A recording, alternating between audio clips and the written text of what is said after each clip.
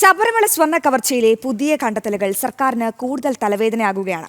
സ്വർണ്ണ കവർച്ചയുടെ വ്യാപ്തി കൂടുന്തോറും കൂടുതൽ തലങ്ങളിലേക്ക് അന്വേഷണം നീളും. കേസ് അന്വേഷണത്തിന്റെ വ്യാപ്തി വർദ്ധിക്കുന്തോറും അന്വേഷണം CBIക്ക് കൈമാറാനുള്ള സാധ്യതയാണ് ഏറുന്നത്. വിവരങ്ങളുമായി SP ശ്രീനന്ദ ചേരുന്നുണ്ട്. Sreenanda, very good morning. ഈ ശബരിമല സ്വർണ്ണ കവർച്ചയിൽ ജനം TV പുറത്തുവിട്ട വാർത്തകളൊക്കെ SIT സംഘം ഒടുവിൽ ശരിവെക്കുന്ന ഒരു അവസ്ഥയാണ് നിലവിൽ സംജാതമായിട്ടുള്ളത്. ശ്രീനന്ദ, ഇപ്പോൾ നിലവിലെ അവസ്ഥ വെച്ചിട്ട് ഈ ശബരിമല സ്വർണ്ണ കവർച്ചയിൽ അന്താരാഷ്ട്ര വിഗ്രഹക്കടത്ത് സംഘം ഉണ്ടെന്നടക്കമുള്ള ചില നിർണായക വിവരങ്ങളിലേക്ക് എത്തുന്നു. ഒപ്പം ശബരിമലയിലെ സ്വർണം നമ്മൾ വിചാരിച്ചതിലും അധികം കടത്തിയിരിക്കുന്നതിനുള്ള വാർത്തകളൊക്കെ പുറത്തു വരുന്ന ഒരു സമയമാണ്. എന്തായാലും ഈ ഒരു അവസ്ഥയിൽ ഈ CBIയുടെ അന്വേഷണം ഉണ്ടാകുമെന്ന് തന്നെ പ്രതീക്ഷിക്കാമല്ലേ?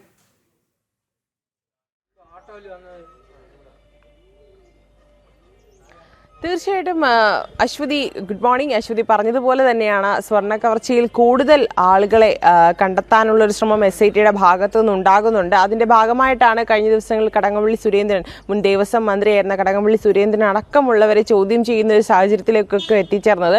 പക്ഷേ ഈ സാഹചര്യങ്ങളൊക്കെ നിലവിലുണ്ടെങ്കിൽ കൂടി CPM അല്ലെങ്കിൽ മുഖ്യമന്ത്രി ഇന്നലെ ഒരു പ്രസ് മീറ്റ് വിളിച്ചിരുന്നു. അതിൽ അദ്ദേഹം പറയുന്നത് എല്ലാം CPMന്റെ തലയിൽ കൊണ്ടിടുന്നത് ശരിയല്ല. സോണിയാഗാന്ധിയുടെ വിഷയം വരെ അദ്ദേഹം ഇന്നലെ ഉന്നയിക്കുന്ന ഒരു സാഹചര്യമുണ്ടായി.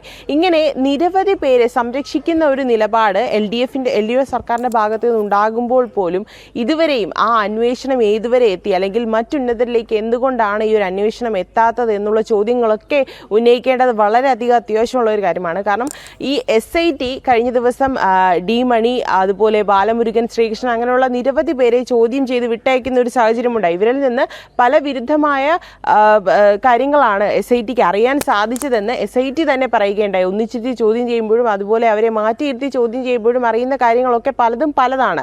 ഈ പല കാര്യങ്ങളെല്ലാം കൂടി ഒന്നിച്ചെടുക്കുമ്പോൾ തന്നെ ഇതിൽ എത്രത്തോളം പങ്ക് ഉന്നതർക്കുണ്ട് എന്നുള്ള കാര്യത്തിലൊക്കെ SITക്ക് വളരെയധികം വ്യക്തതയുണ്ടെങ്കിൽ കൂടി അതിലൊരു കൃത്യമായ നടപടി അല്ലെങ്കിൽ SITയുടെ അന്വേഷണം കൃത്യമായിട്ട് പോകുന്നുണ്ട് എന്ന് കടകംപള്ളി സുരേന്ദ്രൻ അതുപോലെ മുഖ്യമന്ത്രി അടക്കം നിരവധി പേർ പറയുന്നുണ്ടെങ്കിൽ കൂടി ഈ അന്വേഷണം ഏതുവരെ എത്തി എന്നുള്ള കാര്യത്തിൽ ഇതുവരെയും യാതൊരു വ്യക്തതയും ഉണ്ടായിട്ടില്ല. അങ്ങനെയാണെന്നുണ്ടെങ്കിൽ അന്വേഷണം SITയിൽ നിന്ന് CBIയിലേക്ക് പോകണമെന്നുള്ളൊരു ആവശ്യം ഉടൻ തന്നെ ഉന്നയിക്കാനുള്ള ഒരു സാഹചര്യവുമുണ്ട്. കാരണം ഈ പത്മകുമാർ അടക്കമുള്ളവരെ ഇതുവരെയും ആ CPMന്റെ ഒരു നേതാവാണ് ഈ പത്മകുമാർ. എന്നിട്ട് കൂടി പത്മകുമാറിനെ ആ പാർട്ടിയിൽ നിന്ന് പുറത്താക്കുന്ന നടപടിയോ യാതൊന്നും തന്നെ സർക്കാരിന്റെ ഭാഗത്തു നിന്നുണ്ടായിട്ടില്ല. മറ്റുള്ള പാർട്ടികളിലുള്ള ആളുകളെ എന്തുകൊണ്ട് പുറത്താക്കുന്നില്ല? മാങ്കൂട്ടം വിഷയം അടക്കം ഉന്നയിച്ചപ്പോൾ പാർട്ടിയിൽ നിന്ന് പുറത്താക്കണമെന്നൊക്കെയുള്ള കാര്യം ഈ കോൺഗ്രസിനോട് CPM പറയുന്ന കാര്യമുണ്ടായി. എന്നിട്ട് കൂടി ഈ പത്മകുമാറിന്റെ വിഷയം വന്നപ്പോൾ അതിൽ മൗനം പാലിക്കുന്ന ഒരു സാഹചര്യം പാർട്ടിയുടെ ഭാഗത്തു നിന്നുണ്ടായി. ഇതിലും പാർട്ടിയിൽ തന്നെ രണ്ട് പിളർപ്പ് വരുന്ന ഒരു സാഹചര്യം ഉണ്ടായി. പത്മകുമാറിനെ മാറ്റണമെന്നൊരു പക്ഷവും മാറ്റാൻ സാധിക്കില്ല എന്ന് മറ്റൊരു പക്ഷവും, ഇങ്ങനെ CPMൽ രണ്ട് പക്ഷങ്ങളായി തിരിഞ്ഞ് പ്രശ്നങ്ങളൊക്കെ ഉണ്ടായിരുന്നു. പക്ഷേ ഈ പ്രശ്നങ്ങളിൽ ഒന്നും തന്നെ ഇതുവരെയും ഒരു പരിഹാരവും ഇടതുമുന്നണിയുടെ ഭാഗത്തു നിന്ന് ഉണ്ടായിട്ടില്ല. മുഖ്യമന്ത്രി പത്രസമ്മേളനം വിളിക്കുമ്പോഴും ഈ സ്വർണ്ണ കവർച്ച തിരഞ്ഞെടുപ്പിൽ ഒരു തിരിച്ചടിയായില്ല എന്ന് 100 തവണ അദ്ദേഹം പറഞ്ഞുകൊണ്ടിരിക്കുന്ന ഒരു സാഹചര്യമുണ്ട്.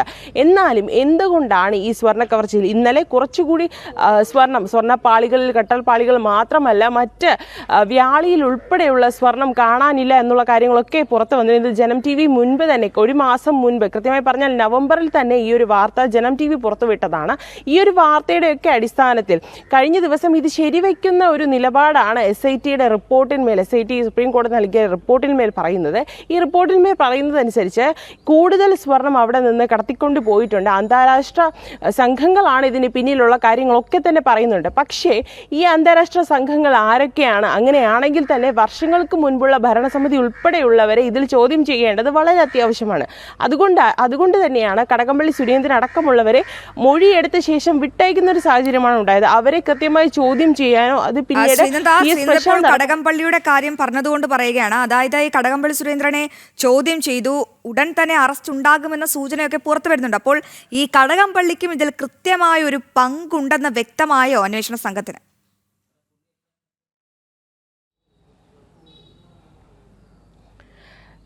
തീർച്ചയായിട്ടും അശ്വതി അത് പറയാനുള്ള കാര്യമെന്ന് പറഞ്ഞാൽ കടകംപള്ളി സുരേന്ദ്രൻ മന്ത്രി ആയിരിക്കുമ്പോൾ, ദേവസ്വം മന്ത്രി ആയിരിക്കുമ്പോഴാണ് ഒക്കെ തന്നെ ഈ പ്രശ്നം നിലനിൽക്കുന്ന ഒരു സാഹചര്യം ഉണ്ടായി. എന്നിട്ട് കൂടി അദ്ദേഹം ഇത് ആരെയൊക്കെയാണ് സംരക്ഷിക്കുന്നത്, ഉണ്ണികൃഷ്ണൻ പോറ്റി അടക്കമുള്ളവരുമായി കടകംപള്ളിക്ക് ബന്ധമുണ്ട് എന്ന് ഉണ്ണികൃഷ്ണൻ പോറ്റി തന്നെ സമ്മതിക്കുന്നുണ്ട്. എനിക്ക് കടകംപള്ളിയെ അറിയാം എന്നൊക്കെയുള്ള കാര്യങ്ങൾ പറയുന്നുണ്ട്. പക്ഷേ എങ്കിൽ കൂടി കടകംപള്ളി ഇതിൽ എന്താണ് തനിക്ക് പങ്ക് എന്നുള്ള കാര്യത്തിൽ ഇതുവരെയും തനിക്ക് പോറ്റിയെ അറിയാം, പക്ഷേ സ്വർണ്ണക്കവർച്ചയിൽ തനിക്ക് പങ്കില്ല എന്ന് കടകംപള്ളി 100 തവണ പറയുന്നുണ്ട്. പക്ഷേ ഈ കടകംപള്ളി സുരേന്ദ്രനുള്ള പങ്ക് വ്യക്തമാക്കുന്ന തെളിവുകളൊക്കെ തന്നെ ലഭിച്ചിട്ടും സർക്കാർ ഒരു നിലപാട് അല്ലെങ്കിൽ സർക്കാർ അതിലൊരു മൗനം പാലിക്കുന്നത് എന്തുകൊണ്ടാണ് എന്നുള്ള കാര്യത്തിൽ നമുക്കറിയാം. സർക്കാർ ഒരിക്കലും അവരുടെ കൂടെയുള്ള ആൾക്കാരെ വിട്ടുകൊടുക്കില്ല എന്നൊരു നിലപാട് മുഖ്യമന്ത്രിക്ക് പണ്ടേ ഉള്ളതാണ്. ആ ഒരു നിലപാട് ഇപ്പോഴും മുഖ്യമന്ത്രി തുറന്നുകൊണ്ടിരിക്കുന്ന ഒരു സാഹചര്യമാണുള്ളത് നമുക്ക് മനസ്സിലാക്കാം. കാരണം ഈ കടകംപള്ളി സുരേന്ദ്രനെ ചോദ്യം ചെയ്ത് വിട്ടയച്ചു. പിറ്റേ ദിവസം നമ്മൾ പറയുകയുണ്ടായി ഉടൻ തന്നെ ഒരു അറസ്റ്റ് ഉണ്ടായേക്കാനുള്ള സാധ്യതയുണ്ട് എന്നൊക്കെയുള്ള കാര്യങ്ങൾ പുറത്തു വന്നു. പക്ഷേ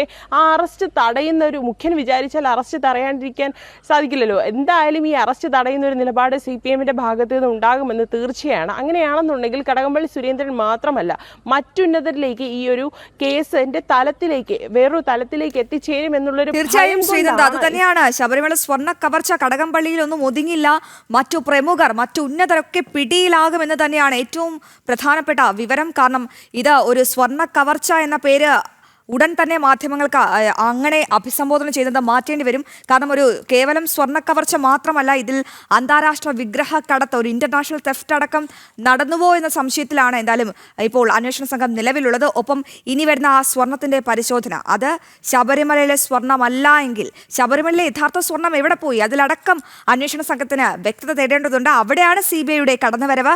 എന്തായാലും ശ്രീനന്ദയാണ് വളരെ വിശദമായി പ്രേക്ഷകരിലേക്ക് ഈ വാർത്തയുടെ വിവരങ്ങൾ പങ്കുവച്ചത്.